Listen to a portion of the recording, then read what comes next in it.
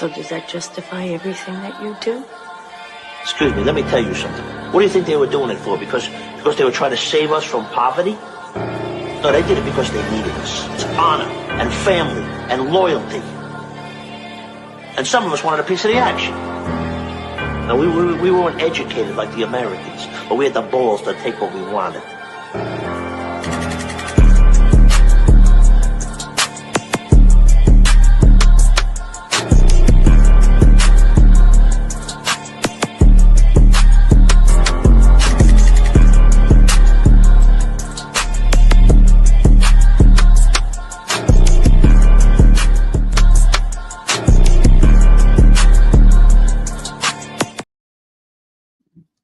Well, hello again, everyone, and welcome back to another live edition of On The Go right here on Driving to the Top Productions, where I'm your host, Haas, and I'm bringing the sauce. What's up, everybody? Hope you're enjoying your lovely Wednesday night. It's October 22nd, 2025. Thank y'all for tuning in. I thought I was going to come in red hot, pissed, angry, but no. I got a few good we're going to talk today. I'm going to talk a lot of bad, too.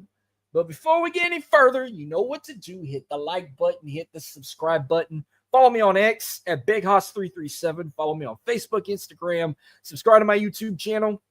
This show you can find on X and Instagram at onthego_TXLA. And Driving to the Top Productions, follow them everywhere. At Driving to the Top, subscribe to them on YouTube, Facebook, and whatnot.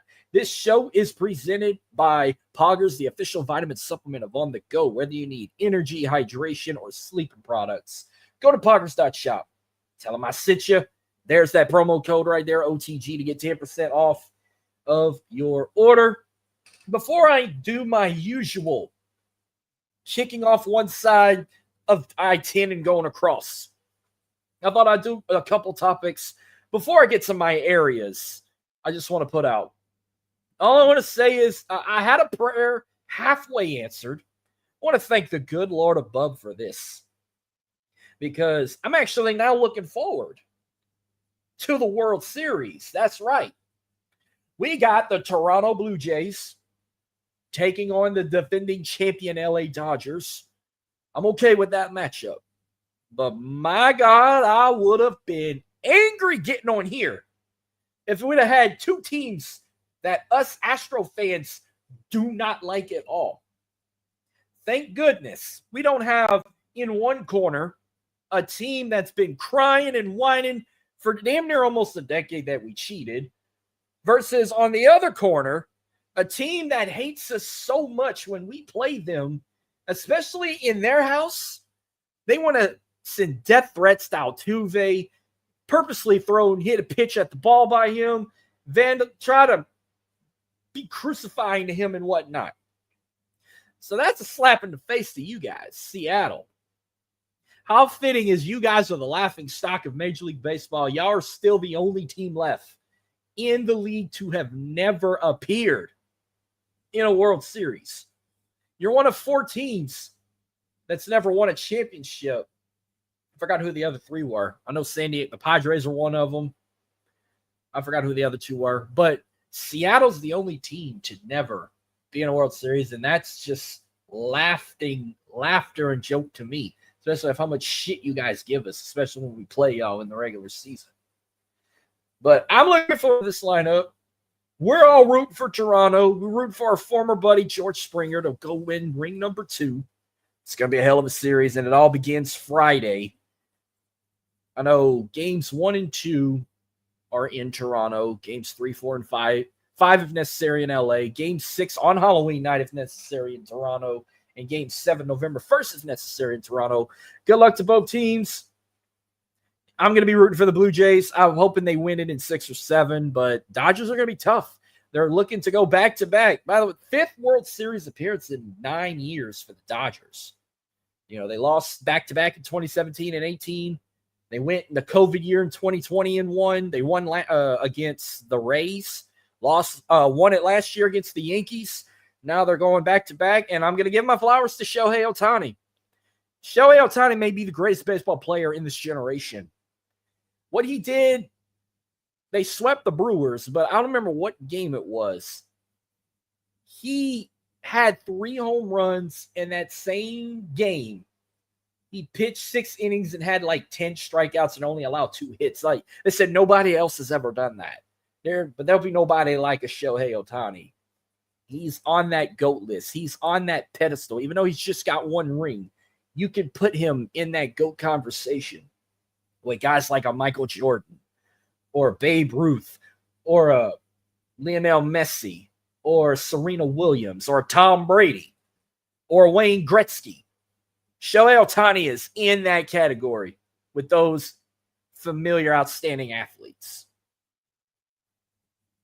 I'm going to give him his flowers, like I said. I got nothing against the guy. I think he's a tremendous ball player. I just don't like the team he's playing for.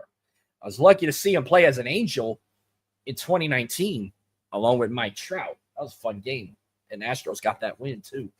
But, yeah, the World Series is officially set. Dodgers, Blue Jays going to be a good one. Blue Jays looking to get their first World Series since 1993. Remember, they won back-to-back in 92, 93. They're going for title number 3, while the Dodgers, I think, are going for, was it title number 8 or 9? I lost count how many titles they've won. But there you have it. That's the World Series. I'm looking forward to it. But I'm going to bring up something Astros real quick. But you know what? Let's just go ahead and kick it off in the 713 because I do have something I'm going to bring Astros related. End of an era for one guy who hadn't played for us in a couple years. But let's just, you'll hear it on that side. Let's go ahead and take it to H-Town. Let's kick this off in the 713. Let's go.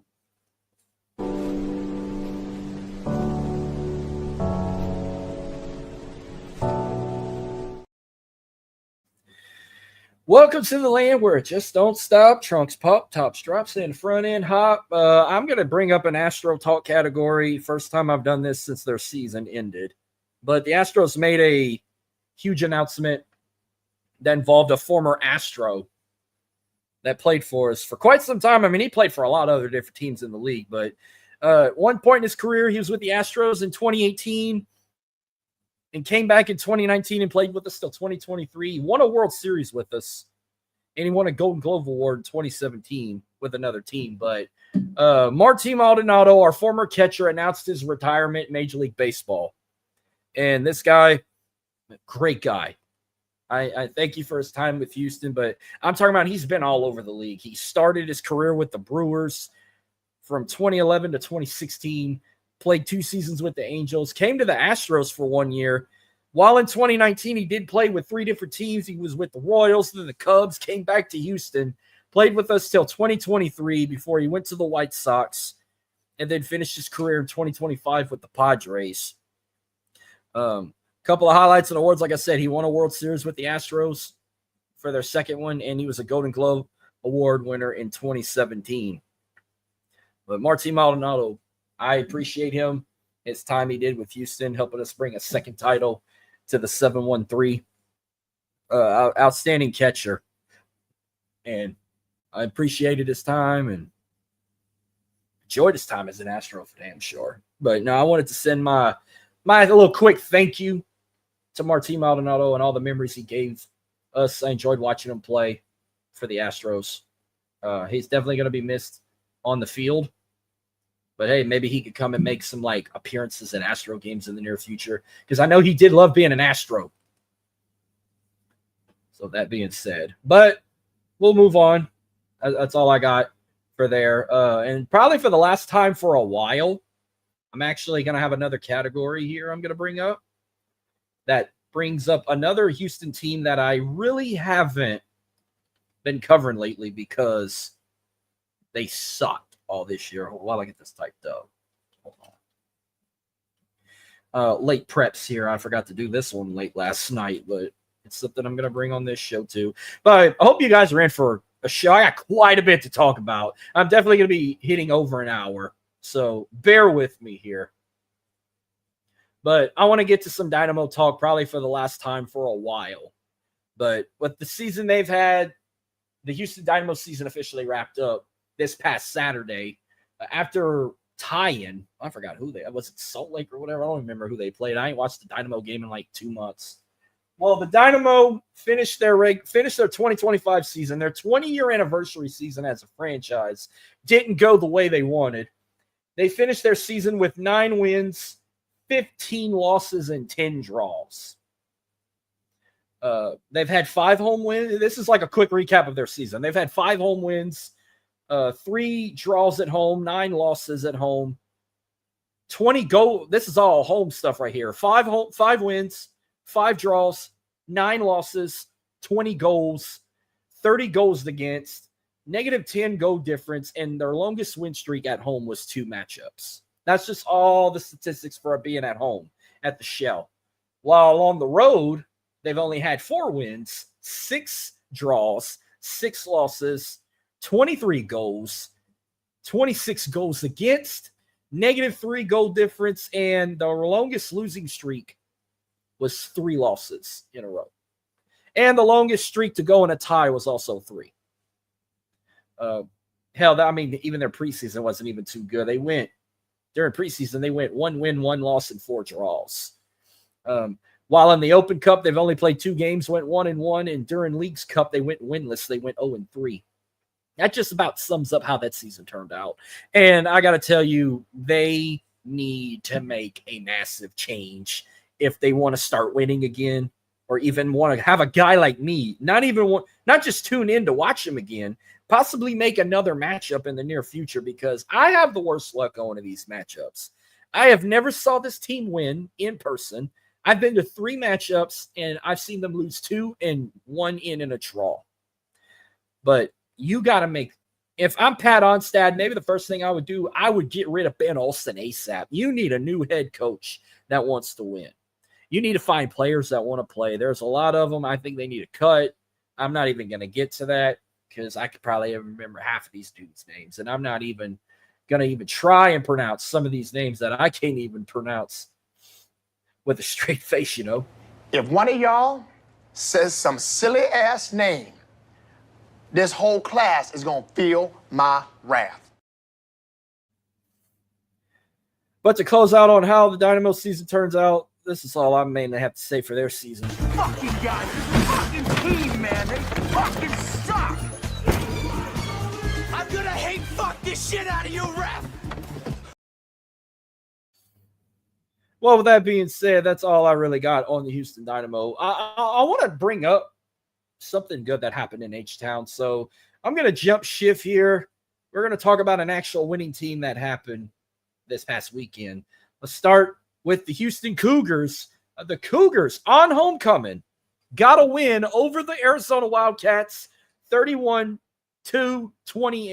The Cougs now are 6-1 of the season, 3-1 in the Big 12. But if there's anything I need to rant to the Houston Cougars real quick, I have one little bone to pick. It's not that big of a deal, but dude, it's your homecoming game and you're going to schedule your game at 11 o'clock in the morning? Get the fuck out of here. Why didn't you play that shit at night like everybody else? I couldn't imagine. Like, can you imagine being on homecoming court? And you got to get up at the ass crack of dawn to get your hair did and your makeup did. To be at the field for what, like probably 9:30, 10 o'clock in the morning? Hell no, you'd have to get up for women, you'd have to get up at 4 a.m. to get prepped to be in homecoming court, even for the men. If I was the president of a college and they were like, oh, we're going to schedule your homecoming game at 11 o'clock in the morning, I'd be like, hold up, blow the whistle. Blow the whistle. Blow the whistle. Blow the whistle. Blow the whistle. No. You got to schedule that at night like everybody else. Look at McNeese. Look at the Raging Cajuns. Look at LSU. They all schedule their homecoming games at night every single year. Anyhow, got a big win. 396 total yards, 164 passing, 232 rushing yards. Very good numbers there. Start with the former Aggie, Connor Wegman. You went 15 for 23, 164 passing yards, 3 touchdown passes, 2 to Amir Thomas, 1 for 52 yards and 1 for 2 yards. Tanner Kazoyo had another touchdown for 15 yards. Connor also had 14 carries for 98 yards and a rushing touchdown. He also led in rushing. Correction, he was runner-up in rushing. Dean Connors led in rushing. He had 20 carries for 100 yards. Plus in receiving, he had 3 receptions for 38 yards. But he didn't lead in receiving. That was Amir Thomas, 4 catches for 69 yards and 2 touchdowns. Anybody watching this? Does my face look like it's flashing? Now this shitty-ass fucking light here it's old. I probably need a new damn LED light. It might flicker, so you might see my face like shift a bit. I'm sorry about that. Tanner Gazoyo, 6 catches for 40 yards and a touchdown. Defense, though, 61 total tackles, 41 solo, 4 sacks, 6 tackles for a loss. They look good. I hope they can keep this rolling, and hopefully they get ready for the next team from Arizona, because now, after hosting the Wildcats, now they're going to the desert this coming Saturday. They're going to take on the number 24 ranked Arizona State Sun Devils in Tempe. Arizona State, 24th in the country, 5-2 this season so far, 3-1 in the Big 12. I didn't put no impact players for this, but all I could say is this is the 10th meeting between the Cougs and the Sun Devils. Houston has won the last 2. They can keep this momentum going. I can see them winning 3 in a row against Arizona State, and they can move to their 7th win. And I want to go ahead and say the Houston Cougars are officially bowl eligible. They're already above 500. They got 6 wins. So they're bowl eligible as of right now. So hell yeah. So far, one of 2 teams I cover is bowl eligible. So congrats to them. But hopefully they can keep this momentum going. They can get a better bowl bid. If we're lucky, get a Big 12 championship, they can end up in the college football playoff. That's what I would like to see. But I'm gonna go ahead off a limb and say their game with Arizona State is gonna be a good one. I see it being close, like the matchup with Arizona. But I got the Cougars winning on the road. Maybe a little higher score. I could see both offenses being a score fest back and forth. I'll say 37-34 Houston. And I think it's going to be like a field goal matchup, but they get the win over Arizona State. I'm gonna just keep it in football real quick. I'm gonna just get this bullshit out of the way. The Houston Texans were not victorious this past Monday night. Coming off a bye week, they fall to the Seahawks 27-19, and I called it. This was not a good performance by this team. 254 total yards, 198 passing, 56 total rushing. Ain't going to cover it. They now fall to 2-4 of the season, while they're 1-1 in their division. CJ Stroud, man, 23 for 49. That's not good. Yeah, he had 229 passing yards. He did get a short touchdown pass to Woody Marks, but he also threw an interception. He just wasn't on his game. He had 2 carries for 25 yards as well. That's like the only touchdown we had in the game. The rest of the points were field goals. Nick Chubb led in rushing, 5 carries for 16 yards. Woody Marks had 10 carries for 15 yards. Their running game was not too good. Dalton Schultz led receiving, 9 catches for 98 yards. Well, Jalen Noel had 4 for 77. Nico Collins had 4 for 27. Woody Marks, 3 catches for 20 yards and a touchdown. The defense, though, 72 total tackles, 45 solo. 2 sacks, courtesy of Will Anderson Jr. and Danico Autry. By the way, Will Anderson also had a fumble recovery. No, not Will Anderson. Derek Stingley had a fumble recovery. No, fuck. No. I read that wrong. Will Anderson had the fumble recovery and scored. 7 tackles for a loss. Derek Stingley was one of 2 guys, along with Kalen Bullock. They had 2 interceptions. Derek Stingley's was for 17 yards. Kalen was for 11 yards. But not enough. They need to do better. I don't know what's up with this team. This team was like predicted to win the division again, and now you got the Colts on top. So I'm going to bring up them numbers later. But next up, they got the 49ers, a tough 49er team led by Mac Jones. 49ers are 5-2. Mac Jones so far already had over 1,400 passing yards and 6 touchdowns. He's an impact player, but I think maybe the biggest impact player might be Christian McCaffrey, a guy I used to have on my fantasy team, but didn't give me the points that he's given now. So far this season, McCaffrey rushed for over 465 yards, 3 rushing touchdowns, had over 500 total receiving yards, 516, by the way, with 3 receiving touchdowns. Fred Warner leads the defense with 28 solo tackles, 23 assists, and 51 total tackles. And I've been seeing that H going around. If you know what I'm talking about, they're wearing the candy blue uniforms. I actually put it on a playlist. Like, that's my album cover. And you guys know what I'm talking about. If you could see it, that H right there, they've been advertising on social media, so you know that means the Texans are rocking the candy blues this Sunday against the 49ers. 6th meeting overall between Texans and the Niners. The only time the Texans ever beat the Niners was back in 2009. Niners are 4-1. They won the last 3. I don't expect this team to get any better because I have the Seahawks win. Not Seahawks. The 49ers win this one. Score prediction, I'm not even 100% sure yet. You might have to bypass me on that one. One more thing, Houston related, before I move any further. Now, yeah, we kicked off the NBA season last night. I'm very stoked. We got basketball season back. I'm pumped. We had a doubleheader last night. The rest of the league is playing tonight, including the New Orleans Pelicans. Hopefully, I can get a final score update I can give out towards the end of the show. But the Houston Rockets, man, they're a good team. They were undefeated in preseason. They got a stacked team since Kevin Durant joined them. But, man, last night, maybe if I didn't bet on FanDuel, I wouldn't have been as pissed off.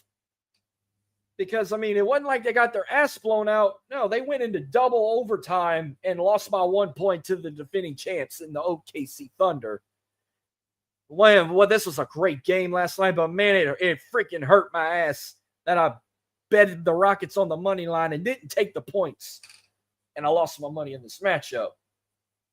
But overall, in general, they did great, man. 51 rebounds, 23 assists, 6 steals, 5 blocks, 24 turnovers, 44 points in the paint, 26 fouls. Kevin Durant, though, in 47 minutes of play, he had 23 points, 3 assists, 9 rebounds.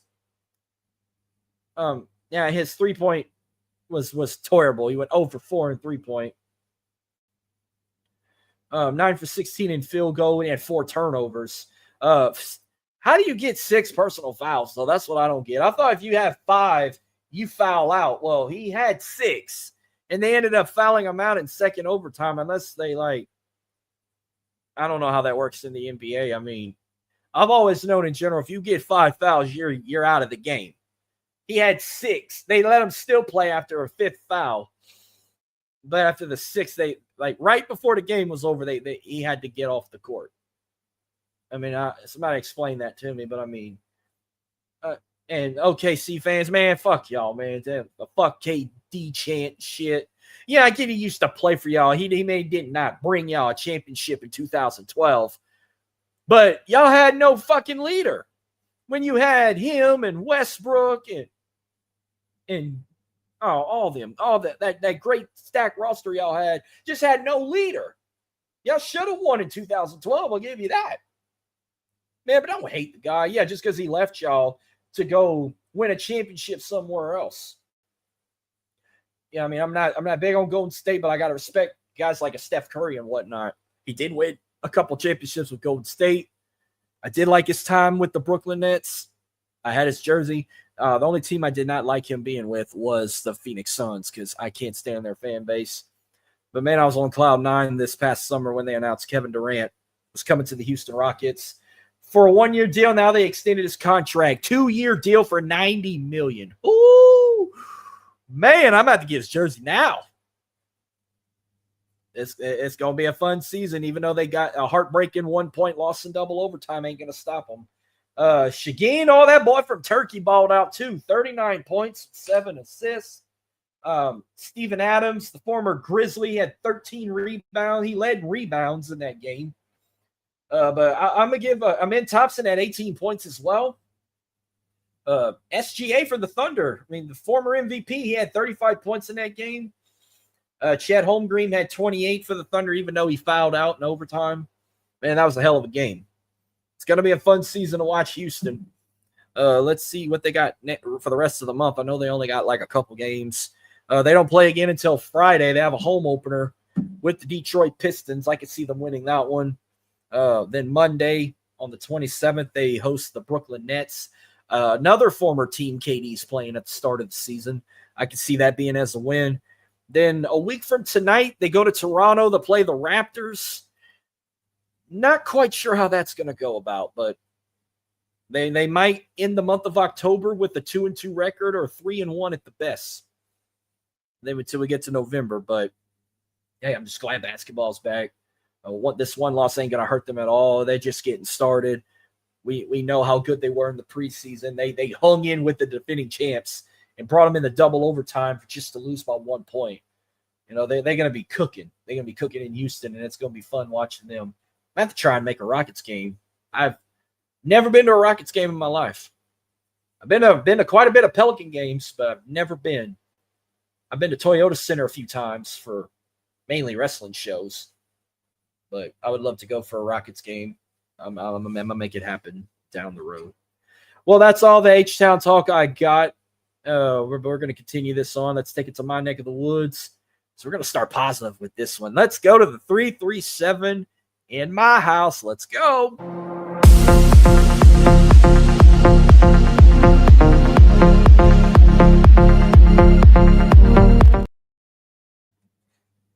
So it's been a long time. I thought I'd come on here with a smile on my face and say, how about them Cowboys? McNeese drops a 5-game losing streak on their homecoming and beats Houston Christian 27-0, folks. Man, they needed this win. They now improved to 2-5 of the season. They're only 1-2 in the conference, the Southland Conference, but 403 total yards, 133 passing, 270 rushing. Not bad.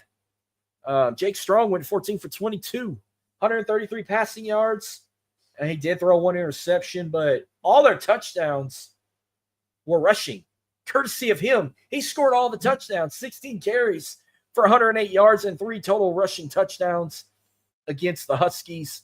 They did kick a few field goals in that one. 27, not bad, though, to get back in the win column. And what's next for the Pokes? I mean, they hit the road. They go not too far, a couple hours. They go to Thibodaux to take on Nichols, who at one point in the last couple of years was a decent football team in the conference. But as of right now, they ain't shit either. They're now 1-6 of the season, 1-2 in the Southland. This will be the 50th meeting. I don't know if you want to consider these two rivals, but McNeese leads this series all time against Nichols, 32 wins, 17 losses. Nichols did win the last 4 games. But McNeese trying to get their first win against Nichols since 2016. That's how long it's been. Yeah, they did not play a few years. Like, I think at one point, like after like COVID and all that, they kind of changed the schedule up a little bit. So they didn't even play Nichols for like a couple years. At one point. I don't know why. I remember at one point the Southland Conference was too big. They didn't even really play every single team in the conference at one point. But it's always fun when these two play each other. I've got a little taste of, well, actually that was Southeastern, not Nichols, but they've already played Southeastern. They got their ass beat by them. But yeah, man, I was glad to see they got back in the win column. But now let's try and go see how they can do on the road. They've not won a road game yet this season. I think they get it done. I think they can beat Nichols. If I just get a score prediction, maybe like a 2-possession game, I could see it being like maybe like a 28-14 matchup. They're gonna hang in there. Nichols will get some points on the board, but I got McNeese winning this one. Well, good thing somebody won in this area because another team didn't. And the Raging Cajuns, man, ever since Walker Howard got injured, they just been. And then now they're down to their third-string quarterback in Lunch Winfield. Cajuns lose 22-10 to Southern Miss.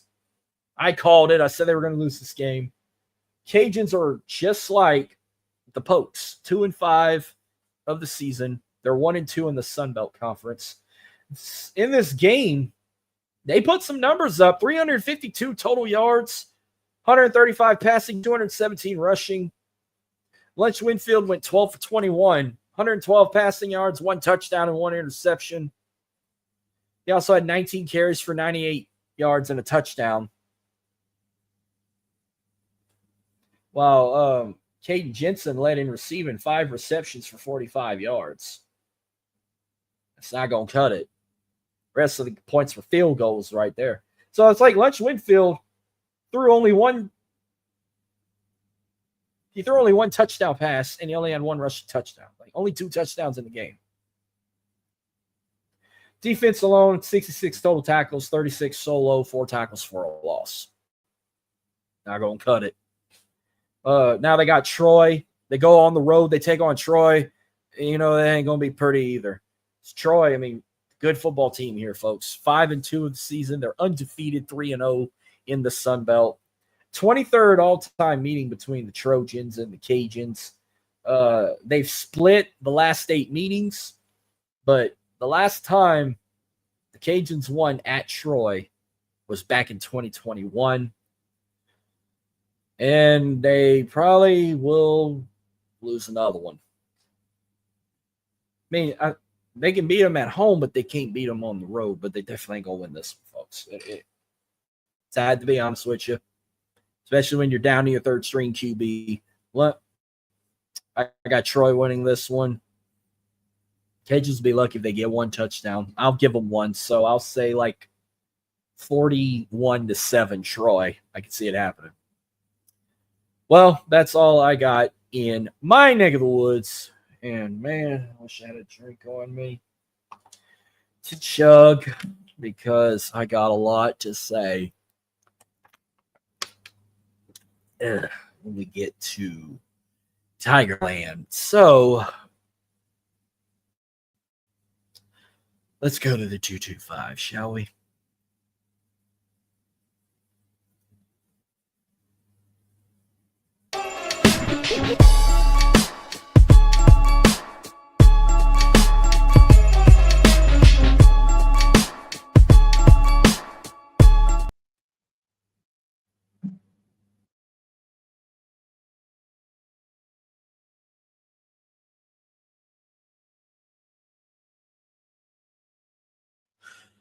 Oh, man, I don't even know where I want to start with this one.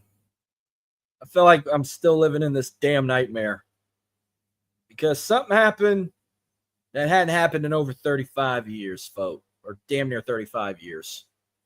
LSU went to Nashville and lost to Vanderbilt 31-24.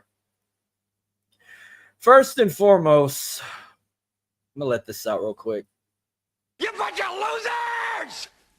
You're working with a professional here!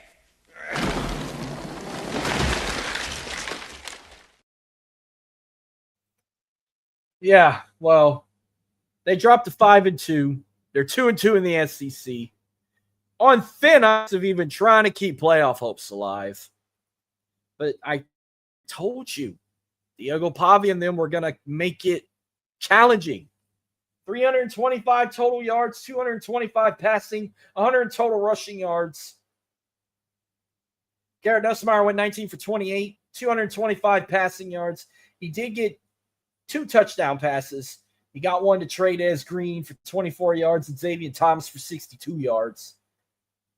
But Garrett Nussmeier needs to stop running the fucking football. 2 carries for negative 13 yards? Are you shitting me? What? And first off, the offensive line. They don't know what the fuck they're doing. Do you understand that? Like, I don't even know who to blame for this loss. By the way, fucking Sloan calling a run play on 3rd and 26. Now, isn't that a load of horseshit?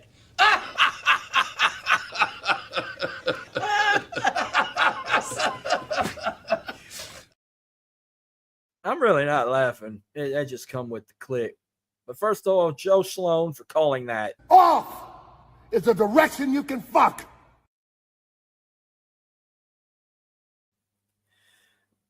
But we're salty right now with this game, how they perform. I mean, that's Garrett Nussmeier's numbers I just mentioned. Caden Durham had 7 carries for 59 yards. He led in rushing, while Xavier Thomas led in receiving, 4 catches for 75 yards, and he had a touchdown.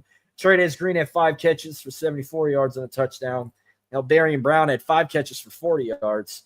The defense, even though I didn't think they did too good, they had 63 total tackles, 39 solo, 1 sack courtesy of Wes Weeks, and 4 tackles for a loss. Weeks didn't even play another game ever since his announcement of dating Lane Kiffin's daughter or whatever, banging her or whatever the fuck he's doing.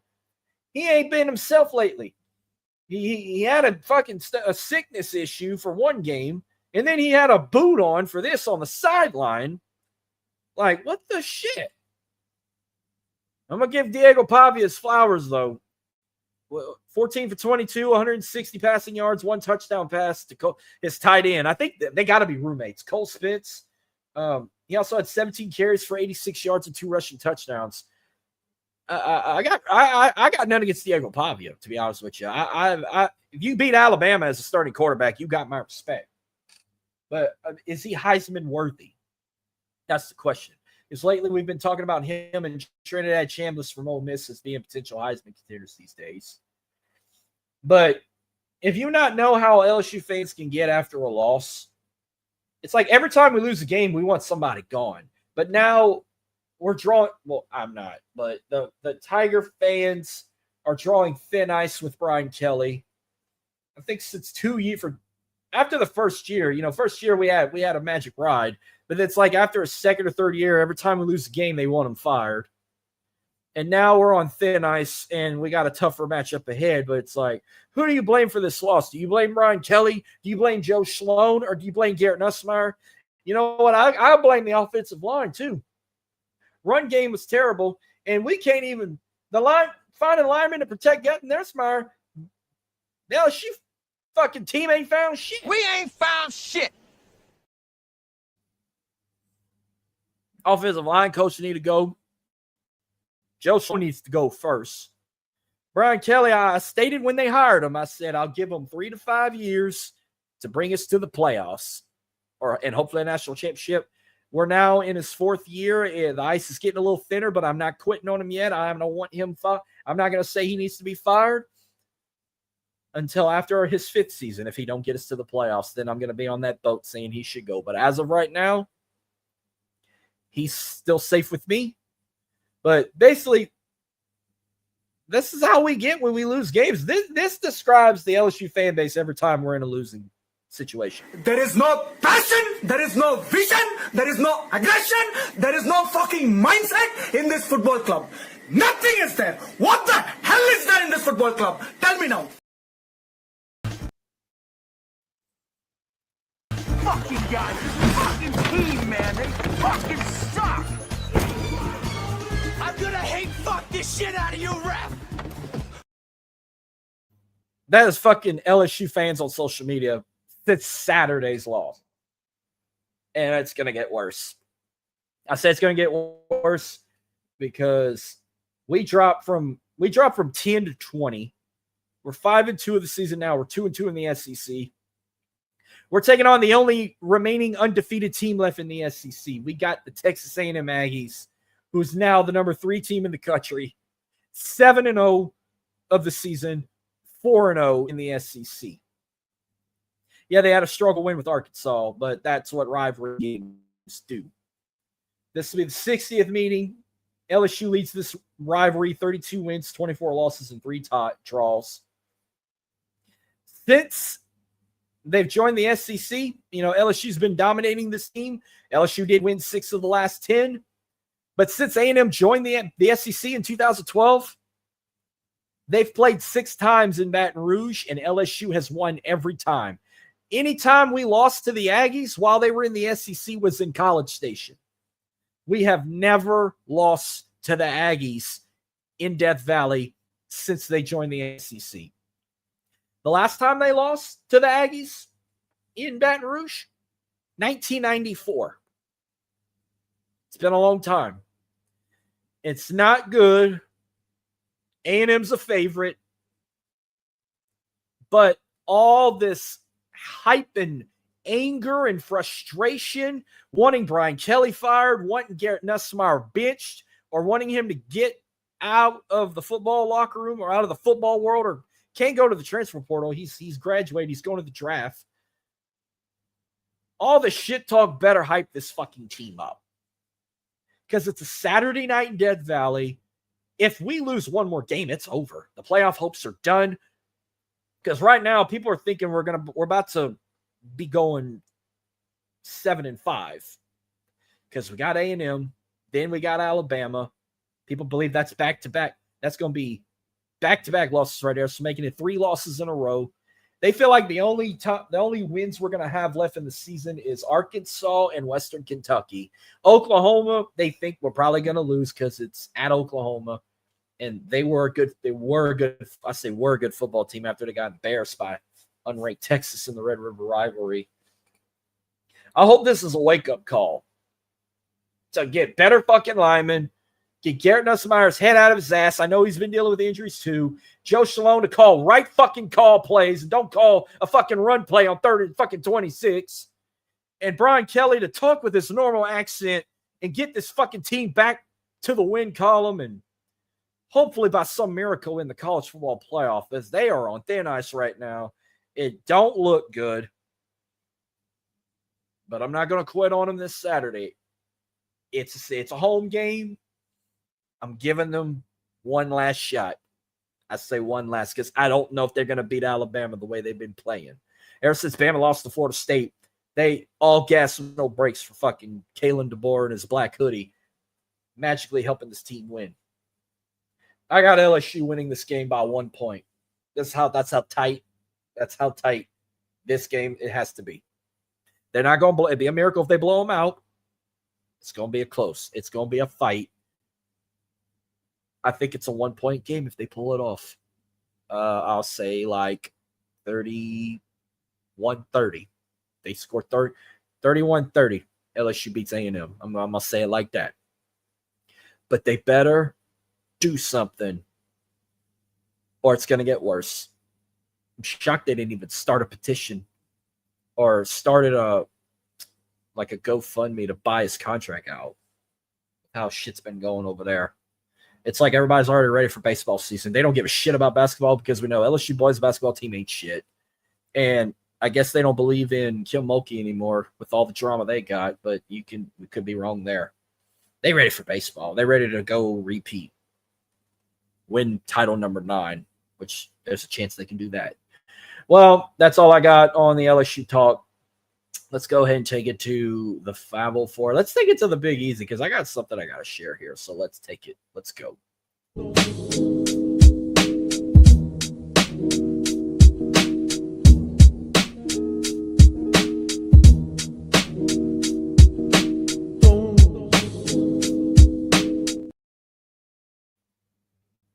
All right. Now that we are in the 504, speaking of Tulane, first off, they got a big win over Army, 24-17. I'll get that out of the way. I just wanted to share this really quick. They've announced this, I think it was earlier today or a couple days ago. They revealed some special uniforms that they're going to wear later in the season. I got to get your take on this. By the way, look at that. I don't know if this is the best shot I can get of it. They actually spoiled this on the College Football 26 video game, but here's the helmet. Here's a good shot of the helmet right here, folks. People are loving this look. I mean, it defines New Orleans, folks. Like, if you've never been to the French Quarter, a lot of the streets are written on stone, on the concrete, with bold blue and white like that. And that's what they did. Classic New Orleans style. To be honest with you, I'm not really that big on the helmet. It's a little peachy. One thing I do love on the helmet, I love the Mardi Gras bead on the ground on the helmet. Like the Mardi Gras beads around the helmet. That's pretty fucking cool. But with the bold block street letters across like that, maybe if they'd have shortened it out a little bit, it'd have came out 10 times better. But look, I'm going to bring up the uniform back up. The uniform combo is fucking great. The teal blue I don't know if you can look real closely, but they got the like the fleur-de-lis like on the fencing, on the sleeves, and down the lines of the pants.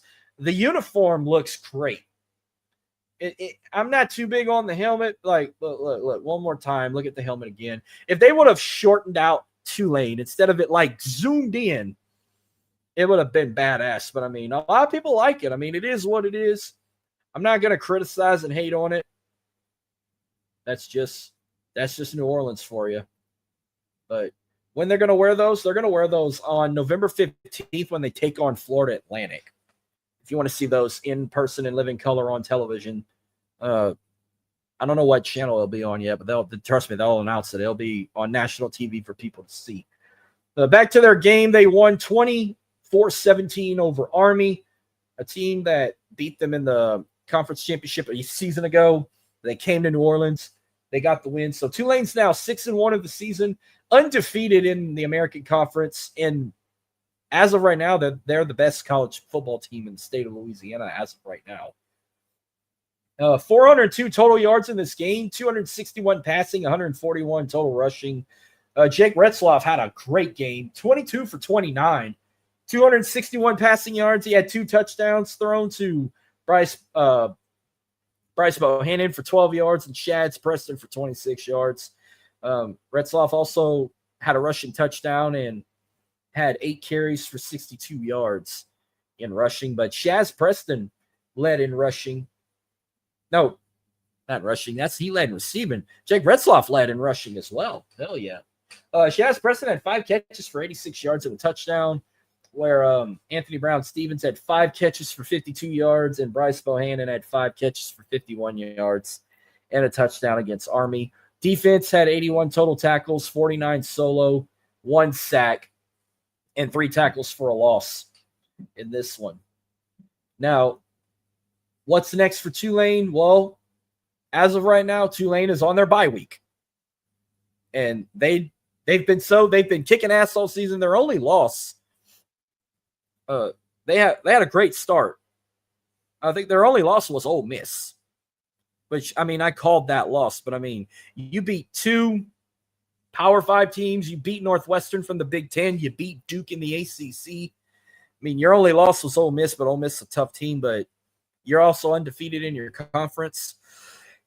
You deserve a break, man. Like, get refreshed, get built up, get ready for the next one, because you got another game ahead of y'all coming the next time they play. It's going to be a week from tomorrow. They go to San Antonio to take on UTSA, who is now 3-4 of the season. That's going to come to you next Thursday. We'll talk about all that when we get to next week. But for Tulane, get that rest, heal those wounds, get better, get bigger, faster, stronger, get ready for the next one, because I've been enjoying watching Tulane. I don't think I've ever really sat and watched the Tulane game every single week like I have done with like LSU, because I've been watching Tulane every single week, and they just get better and better. So they can keep up the hard work. Get that rest, get everything you need taken care of before y'all get ready to start playing again next week when y'all go to San Antonio. Meanwhile, let's see what happened around the boot in week 8 of college football. Let's start with Louisiana Tech. Louisiana Tech actually played a game last night. I didn't watch a bit of it. I was watching the NBA, but a heartbreaking loss in overtime, just like the Rockets. They fell 28-27 to Western Kentucky, a team that LSU is going to be meeting their final home game of the regular season, by the way. But Louisiana Tech, since they played an early game this week, they'll have no Saturday game, but they'll be back. They'll be back playing, and I think they're gonna be back in the win column, because they don't play again until next Friday on Halloween night. They host Sam Houston State, who's 0-7. We'll save that when we get to it. But they just played a game last night. Heartbreaking loss, but I think they'll bounce back from that. Meanwhile, UL Monroe, let's talk about the Warhawks. They're coming off a 37-14 loss to Troy. They now move to 3-4 of the season. And this Saturday, they go to Hattiesburg to take on Southern Mississippi Golden Eagles. You saw what they did to the Cajuns. I think they're going to do the same to the Warhawks. So I got Southern Miss beating UL Monroe. Southeastern coming off a 49-0 blowout shutout to Northwestern State. They're 5-2 of the season. They go to Houston this Saturday to take on Houston Christian. We saw what happened to them against McNeese.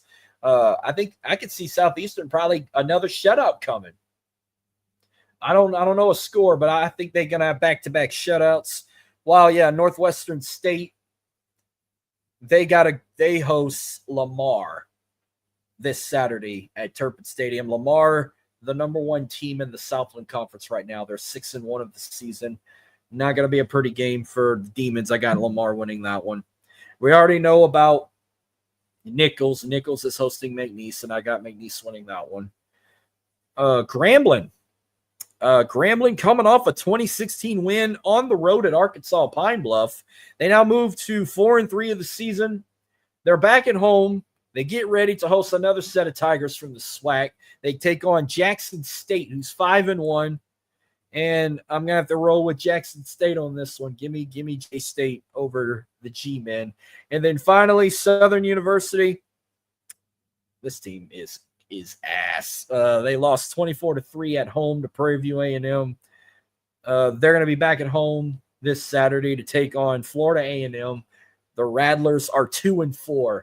I swear, if they can't beat this team, they have to be the worst team in the state.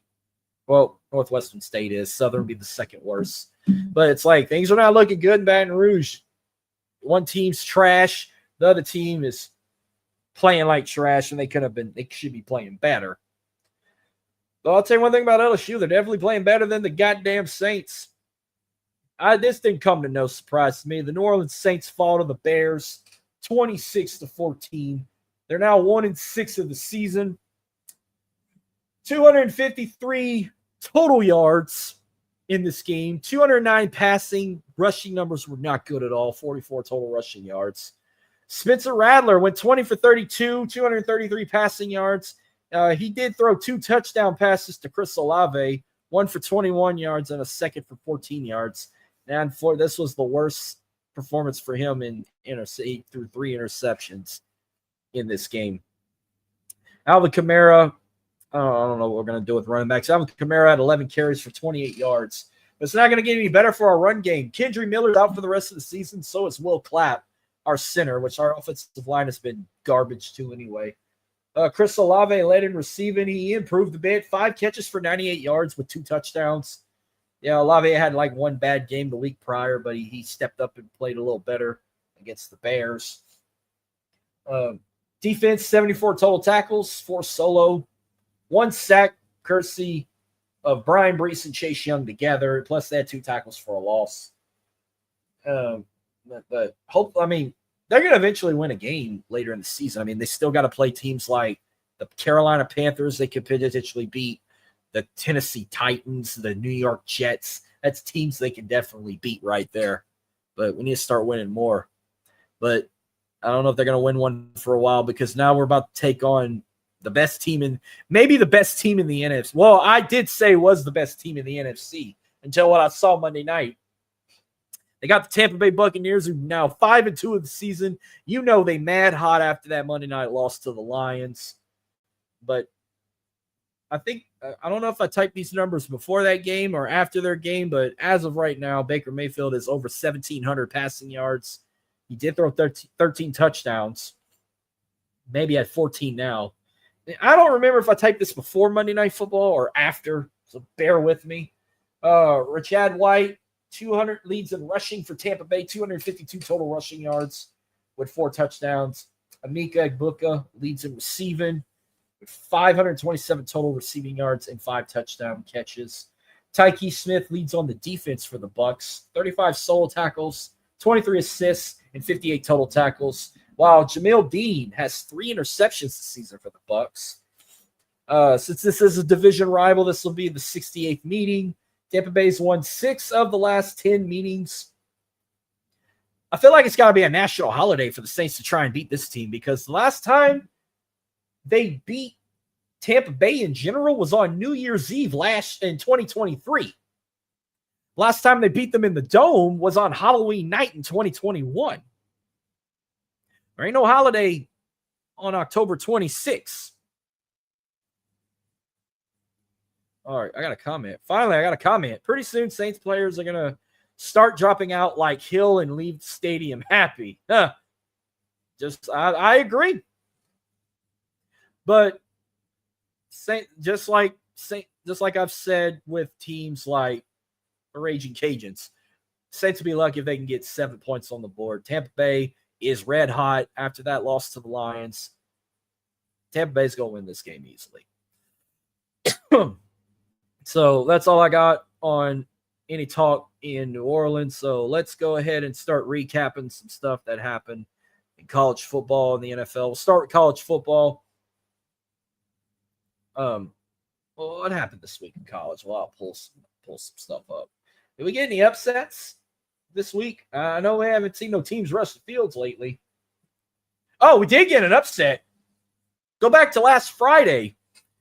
I didn't even know these two became rivals, but Miami lost another one to Louisville. Unranked Louisville beat the number 2 team in the country in the Miami Hurricanes in their own house.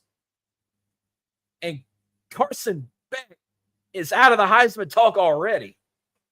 I forgot how far they dropped down, too. What else happened down this week? Baylor and TCU, Battle of the Brazos. TCU got that win. Go Frogs. A&M and Arkansas, the Southwest Classic. I don't know why they didn't play this in Arlington. They played it in Fayetteville, but the Aggies are still undefeated. The only undefeated team left in the SEC.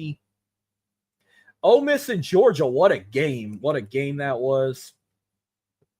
Gave Ole Miss their first loss of the season, so that puts A&M as the last team standing in the SEC to be undefeated.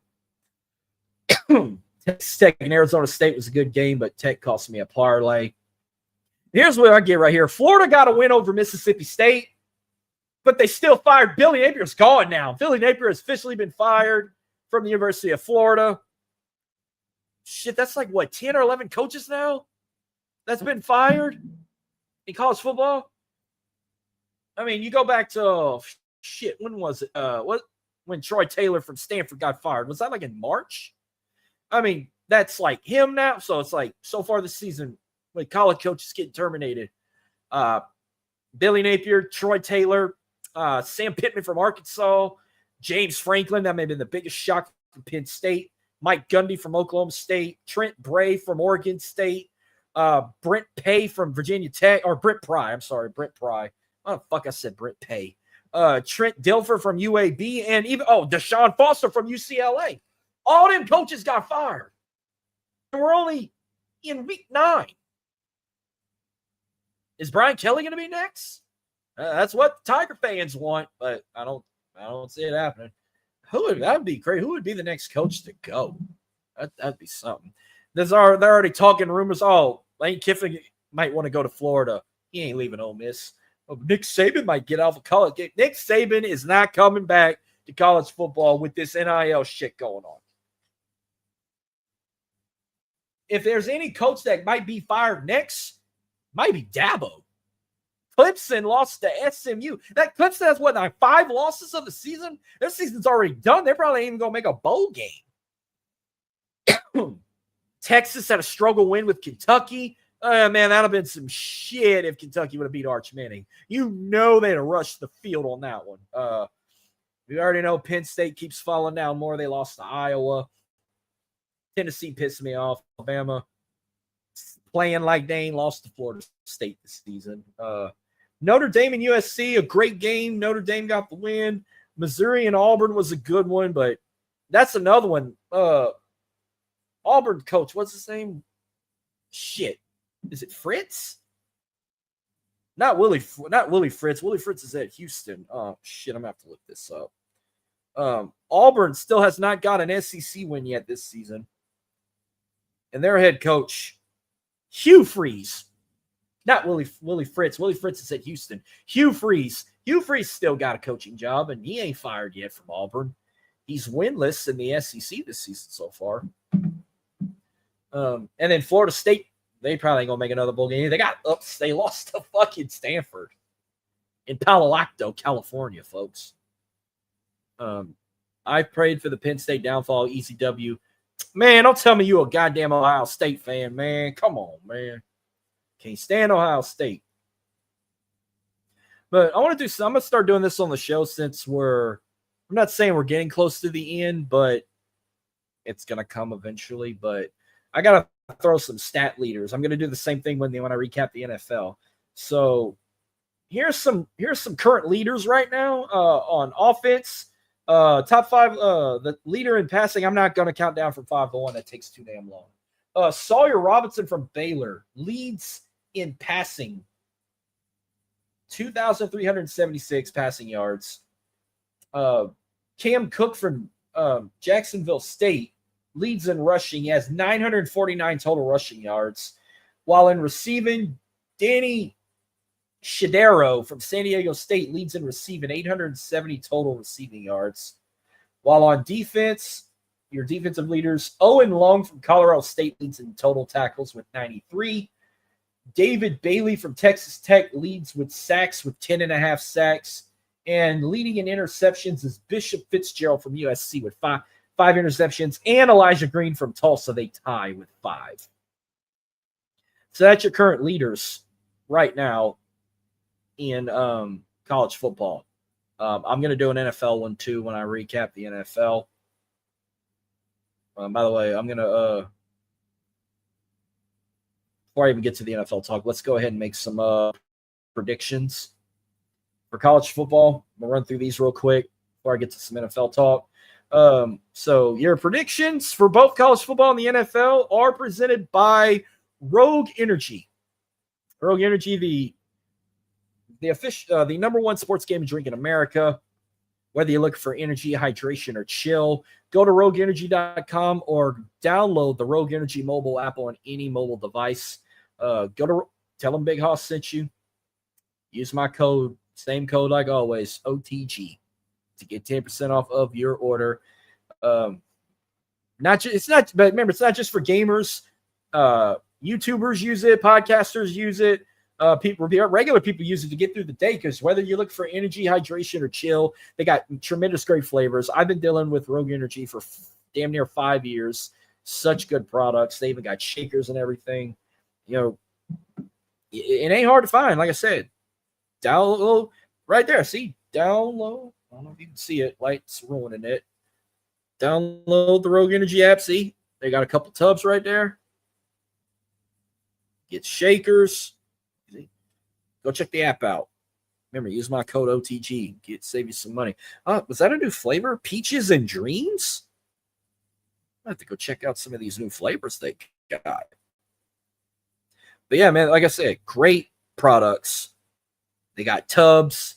You can buy samples. Oh, we got a new flavor, Citrus Splash. I think he must have just dropped that. But they still got all the same stuff. Flavors I highly recommend. You're going to hear this from me on my show. Blue raspberry, hands down the best one. Tiger Blood's a good one. Rocket Pop, sour candy, strawberry kiwi, blood orange. What's another good one? Dragon fruit mango. I haven't tried Snowstorm yet, but you can only get it in a tub. Strawberry hibiscus. That might be the best chill one right there. Rainbow candy. That's another good one. But Peaches and Dreams, man. I'm going to have to try those. Citrus Splash I probably would like. I wouldn't get it yet. It ships in December. So, that's you can pre-order it now, but you won't get it till December. All right, that's enough Rogue Energy talk. I already gave you guys some love. All right, let's do some quick college football predictions so I can get to my NFL talk and recaps. It's all Saturday games. We got Ole Miss and Oklahoma. Ole Miss, I got Ole Miss winning this one. Oklahoma's never beaten the Rebels, and Ole Miss is not happy after that loss to Georgia, so give me Ole Miss. South Florida at Memphis. Memphis having a great season so far. You saw what they did with Arkansas early in the season. I'm going with Memphis Tigers. Northwestern and Nebraska. Northwestern trying to get another big win of the season, but Nebraska coming off a heartbreaking loss to Minnesota. It's at Lincoln. It's at Memorial Stadium. Give me Big Red. I got Nebraska. SMU and Wake Forest. You saw what SMU did to Clemson last week. They're trying to make another run to the ACC championship, but They go to Winston-Salem to take on the Demon Deacons. Give me SMU over Wake Forest. Now, then you got Kansas State and Kansas. Well, I don't even, a rivalry game here. What do you call this rivalry, by the way? It's not, is it the Sunflower Showdown? Yep, that's what it is. Sunflower Showdown. 123rd meeting. Here's the crazy part. Kansas State has won 16 straight matchups. I think this is where Kansas drops a 16-game losing streak against their in-state rivals. They have been playing a lot better. Kansas State is dog shit. I don't know what the fuck rock chalk is. I know if this would have been a basketball game, I'd definitely be rooting for the Jayhawks, but I'm definitely taking Kansas. Give me the Jayhawks to drop a 16-game losing streak over K-State. Give me the Jayhawks. Appalachian State and Old Dominion. I only put that on there because of their records, but I'm going to go with App State. Auburn and Arkansas. Both teams coming off of heartbreaking losses. Arkansas falling short to Texas A&M. Auburn falling short in double overtime to Missouri. Man, he's got to have a win, bro. He's got to have a win. I cannot see Frazier losing another game. Hugh Freeze lose another game. I might even bet on this game. I'm going with Auburn. Give me the Auburn Tigers in a close win over Arkansas. Utah State, New Mexico. Give me New Mexico. Give me the Lobos. Alabama at South Carolina. I don't even know why I put this on there. Alabama's going to fucking run over South Carolina. And thank God it's not a night game. Now, College Game Day will be here for this. Have they ever been to Vanderbilt? Ever? I know it's the second time this year they're covering Vandy on game day, but they did it in Tuscaloosa last time. But they're going to Nashville. They're playing Missouri. It's going to be a hell of a game. 17th meeting. Mizzou won the last 5, but it's Diego Pavia. This is a good Vanderbilt team. They're trying to find a way to get into the SEC championship. It's going to take a lot. But a win over Missouri can lead them into the punch to at least try and get a college football playoff appearance. But I'm going to go with Vanderbilt over Mizzou. BYU and Iowa State. Man, what's up with these Cougars, man? They have been on a roll lately. And a potential favorite to win the Big 12. And I don't really give a shit on BYU. But Iowa State's been – I had Iowa State as a prediction to win the Big 12, but they've been playing like shit. They're going to end up losing another one, and I'm unfortunately going to take BYU in this game over Iowa State. Illinois and Washington, I'm going to go with the Huskies.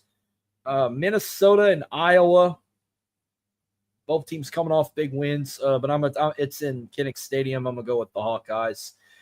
North Carolina State at Pitt. This one was a flip a coin, but I'm going to go with Pitt over the Wolfpack. Good rivalry game here. We got two Mountain West teams that are soon to be Pac-12 teams. We got San Diego State taking on Fresno State. Aztecs and the Bulldogs. This one was also a flip a coin for me, but I'm going to go with San Diego State. Baylor and Cincinnati. Cincinnati's been playing good football in the Big 12. This will be a big win for them. It's a home game. I think it's their homecoming too, so I'm going with the Bearcats to beat Baylor. Texas and Mississippi State. I would laugh hysterically if Mississippi State upsets Texas, but how they played against Kentucky, I think they play a little bit better. Arch Manning, I feel like it's going to ball out in this game, so I'm going to go with Texas. Stanford and Miami. Stanford trying to beat another team from Florida. You know Miami's red, pissed off hot after that loss to Louisville. It's at home. I'm going with Miami over Stanford. Michigan at Michigan State, the battle for the Paul Bunyan Trophy. 118th meeting. Michigan won the last 3, make it 4 in a row. Give me the Wolverines over the Spartans. Colorado State and Wyoming. I'm going to take Wyoming. Tennessee and Kentucky, man, this rivalry is so lopsided. It's the 121st meeting, but Tennessee's won 4 in a row. They're mad losing to Alabama. They're going to take it out on Kentucky, but I'm going with Tennessee. And then finally, if this is a rivalry, Colorado and Utah, 72nd meeting. Colorado did break a 7-game losing streak last year, beating the Utes, but it's in Salt Lake City. They're gonna take it. They're gonna beat the shit out of them. I got Utah beating Colorado. All right, well let's get to some NFL talk real quick. Let's recap Week 7 a little bit. I didn't expect Thursday night to be what it was. Bengals upset the Steelers. Rams got embarrassed. Jacksonville got embarrassed in London in their second home against the Rams. Kansas City shutting out the Raiders. I didn't see that a mile away. Cleveland Browns got a win, but they beat a shitty Miami Dolphin team. You know, it's funny. Oh, my God. I did not even type none of this shit up.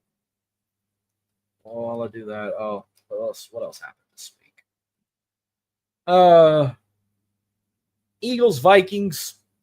Well, I thought the Vikings were going to pull that shit off. Giants and the Broncos. That was a good game. I'm not even mad that the Giants lost because, you know, I got a small heart for the Broncos, but that was a hell of a game. They both deserved that win, but only one could get it, and it was the Denver Broncos. Cowboys and the Commanders. I mean, I ain't got nothing to say on the Packers and the Cardinals. Cowboys, Commanders.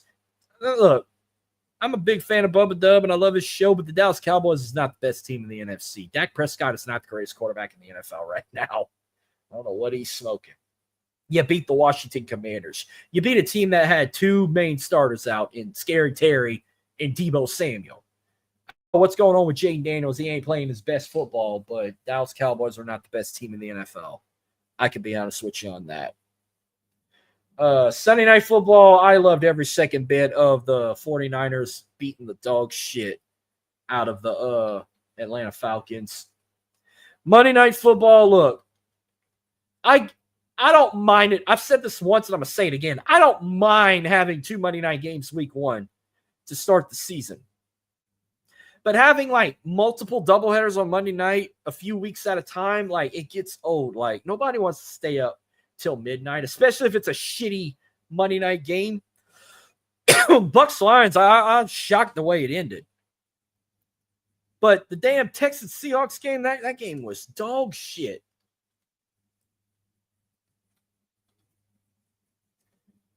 But it is what it is. Just hear me out a bit. I'm trying to get these typed up because I don't prepare myself for this, but I never got half the games typed up. But I can go ahead and give you some stat leaders real quick before I get to my final predictions of the night. We can wrap the show up. Current NFL leaders as of this week and as of October 22nd of 2025, leading in passing is Justin Herbert. He's already over 1,900 passing yards. He's already at 1,913. Jonathan Taylor of the Colts leads in rushing, 697 total rushing yards. And JSN, Jackson Smith Nijba, did I say his last name right? Of the Seahawks, leads in receiving, 819 total receiving yards. Jigba? Is it Jigba? I'm just going to say JSN. You know who I'm talking about. Meanwhile, on defense, leading in total tackles is Jordan Brooks of the Miami Dolphins with 75. Leading in sacks is Brian Burns of the Giants and Byron Young of the Rams, tied with 9 sacks this season. And leading in interceptions is also a tie. Kevin Byard III of the Bears and Devin Lloyd of the Jags with 4. All right. Y'all ready? Let's make some predictions. Let's make them real quick while I get these typed up. I'm trying to type these as fast as I can. Damn, I'm already still at the damn noon games. This is what I get for not having all this shit ready. I'm too busy watching damn scary movies and continuing my marathon, which, by the way, I've been watching The Exorcist. Might be the only person in the family that can watch this late at night, especially in the dark, and not get terrified. Still don't get how that was the scariest movie ever in the 70s. Somebody who's over 50 can answer that for me.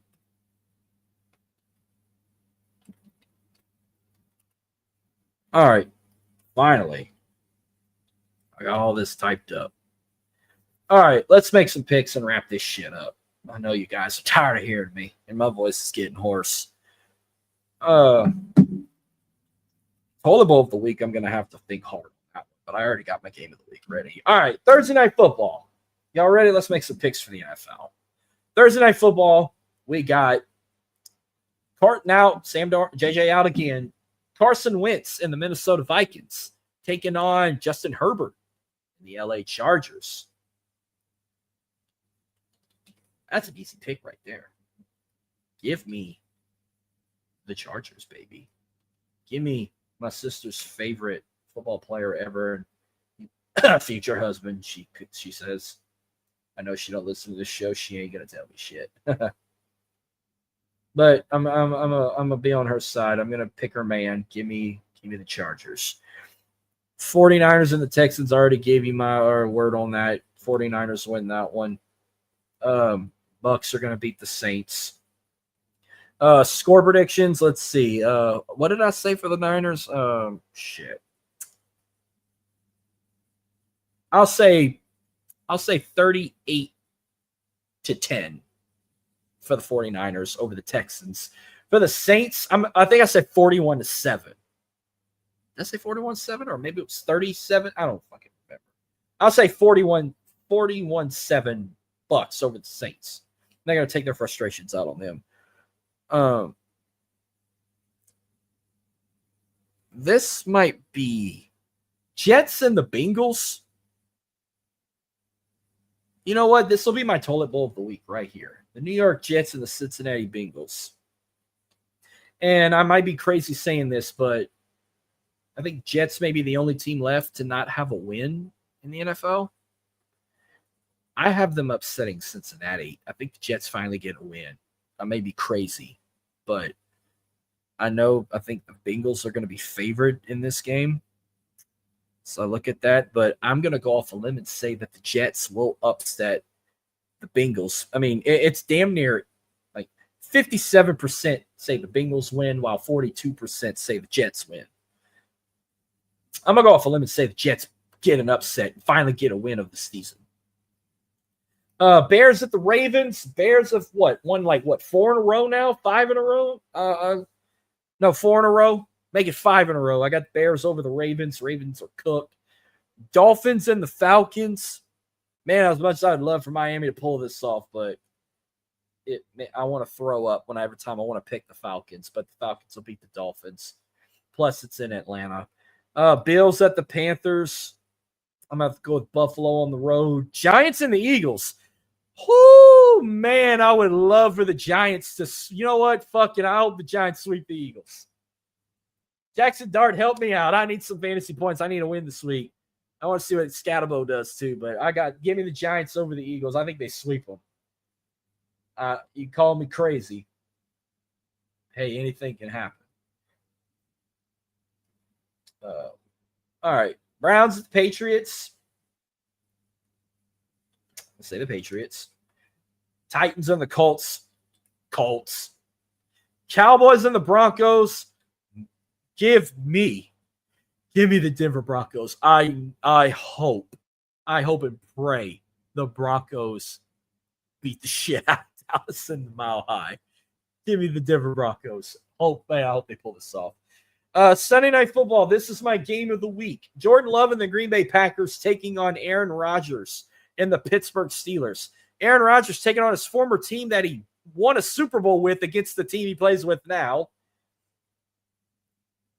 And Super Bowl 45 rematch. It's going to be this. I can't wait to watch this one too. This one's going to be a fun game. But you know what? Give me the Packers. I got the Packers over the Steelers. And then finally, Monday Night Football. Jayden Daniels and the Washington Commanders against Patrick Mahomes and the Kansas City Chiefs. is this Kansas City team back? I'm talking about the Kansas City team that always needs the refs to help them win. Because I got the Chiefs winning. I've lost confidence in the Commanders. They're not the same team they were last year. And they're going to find a way to win with the refs. So give me the Chiefs over the Commanders, sadly. Sorry, Jaden. But that's going to wrap up tonight's show. Thank you for tuning in. This was fun as always. I love you guys. Love the love and support. Be sure to get Driving to the Top Productions. Like I said, be sure to give them a follow. Check out all their great content, great people. Catch them every Tuesday night on open mic. You want to see the band and then whatnot. Catch me. You can catch me again. Same time, same. Now, okay, one more thing before we wrap up. Next week, I might be on a Tuesday night. I'm going to keep you posted on social media. As of right now, I might do a show on the 29th at 9 p.m. But I'm talking about in high school football world down here. If our rivalry game next week gets game of the week for a certain radio station, shout out to 92.9 The Lake. If we get game of the week for them, I'm going to be at their Pigskin preview show, not as a guest, as a fan. I'm going to be attending that. Listening to Chaston Tavares and Patrick Fryer on the call. Shout out to them two guys. I'm going to be at Walk-Ons for that. If we get game of the week for 92.9 The Lake, I'm going to do my show on October 28th at 9 p.m. But if we don't get game of the week, I'm going to be here on same time, same place, Wednesday nights at 9. So I'll keep you guys posted on X and social media how that goes. But without any further ado, that will wrap up tonight's show. Thank y'all again for tuning in. Y'all have a wonderful week. Safe week. It's getting cooler. We're about to get a cool front two finally. Temperatures are expecting to drop, especially next week. Stay bundled. Now it's starting to feel like fall. Halloween's coming up. Stay safe out there if you're going trick-or-treating or doing any like Bull on the Avenue type stuff. I'll catch you guys next week. Love, peace. God bless. I'm out. See y'all.